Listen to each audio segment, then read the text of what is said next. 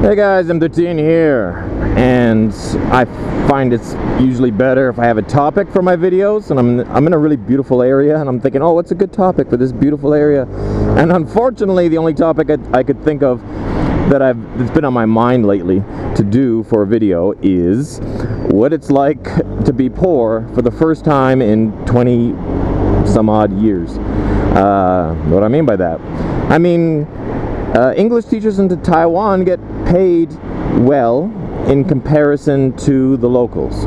So it might not be much money by American or Canadian or UK standards, but in comparison to the locals, on average we make about double of what a local would make with a university degree.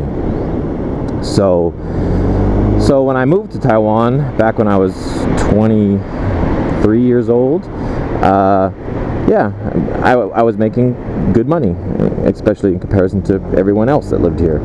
And I was able to get, if I wanted something, I got it, is pretty much the way it went. I wasn't very good with saving money, because I was never taught. That's an excuse. No, I got issues with that.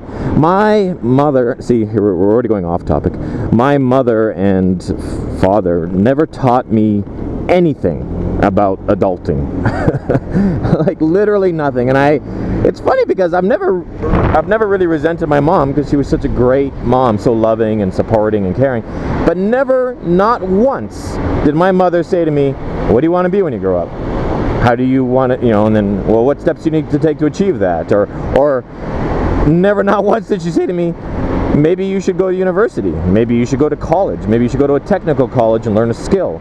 Because never, nothing, not once. Neither my father, never, not once. My stepfather, never, not once. Never did any adult ever talk to me about what I would do with my future. So it was only after my mother died that I ended up going to university and getting a degree. But I picked like the worst possible degree, a Bachelor of Arts in Psychology, which is literally, it'll help you get a job at Pizza Hut, and that's about it. You might be able to beat somebody else out who's trying to get a job at a gas station, to be the guy that pumps your gas with your psychology degree. That's about it.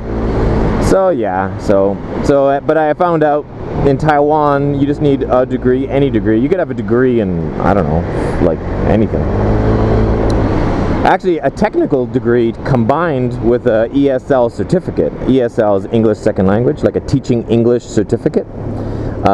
Those two combined are enough to legally teach. So what you could do is you could get like a degree in a beauty school, like on how to like cut hair or something, and then that combined with a English teaching certificate, which I think is like a 3-month certificate. Those two things combined would be enough to legally teach. Anyway, so yeah, so I started teaching back here when I was 23, and I was making okay money. And I picked up Chinese very, very quickly. I don't brag about that enough. I should brag about that more. It took me 6 months to learn Chinese, and it took me a year to be like semi-fluent. Like to be good at Chinese, it took me 6 months. To be very good at Chinese, it took me 1 year. And then, yeah. And that was quicker than pretty much, I learned Chinese quicker than pretty much anybody that I've ever met. I think Brad learned it quicker than me, and that's about it.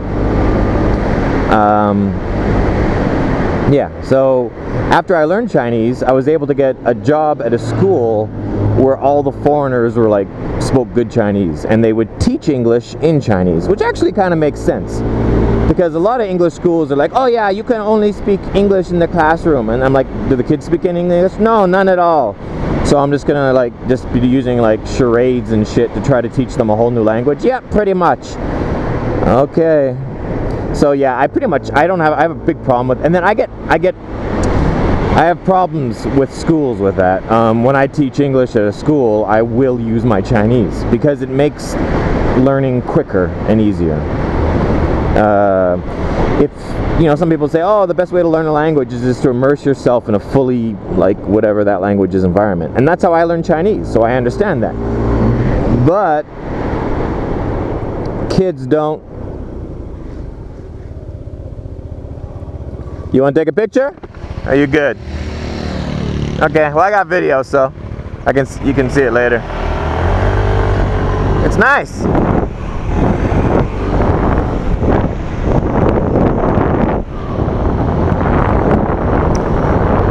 So, yeah, like, I refuse to do the English only thing because I know it's incorrect. A good example of that, and we're totally off topic now.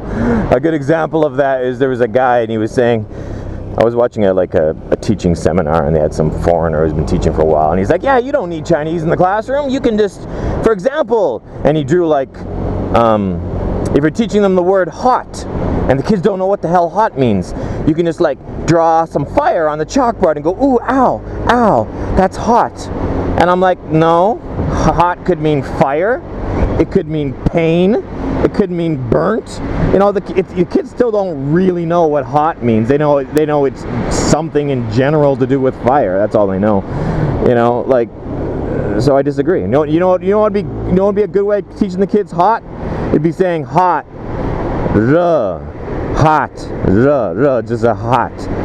There you go. Kids 100% know what the word hot means now. And you don't have to do any charades. You don't got to draw anything. You know what I mean? Just tell them what it means. So, yeah. So I was lucky enough to work at a school that did that. It was just, the teachers, it was like, in the classroom, it was like 70% Chinese and 30% English.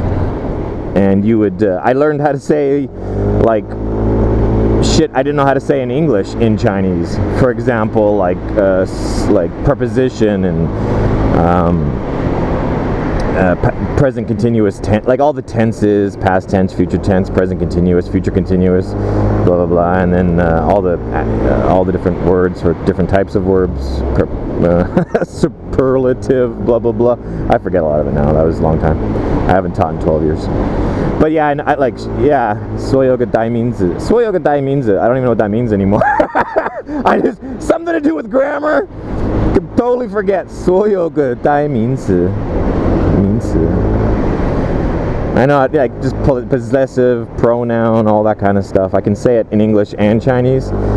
Evidently, some of it I can say in Chinese only now because I don't remember what Soyoga Dai means in English anymore.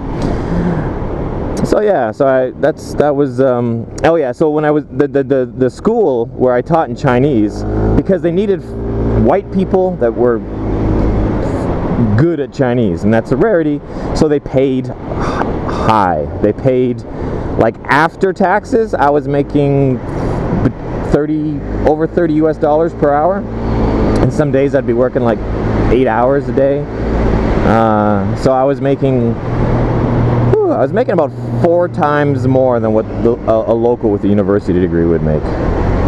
So, and I just wasted most of that money. I was an idiot. I really did. I remember I bought a scooter for like $3,000, and within a year of buying it, I spent like another $3 or $4 grand on mods. Like, why did I need to do that? Nowadays, when I buy scooters, I'll modify what I absolutely need to modify. Like, I'll put a charger on them, and that's about it. And then, yeah. So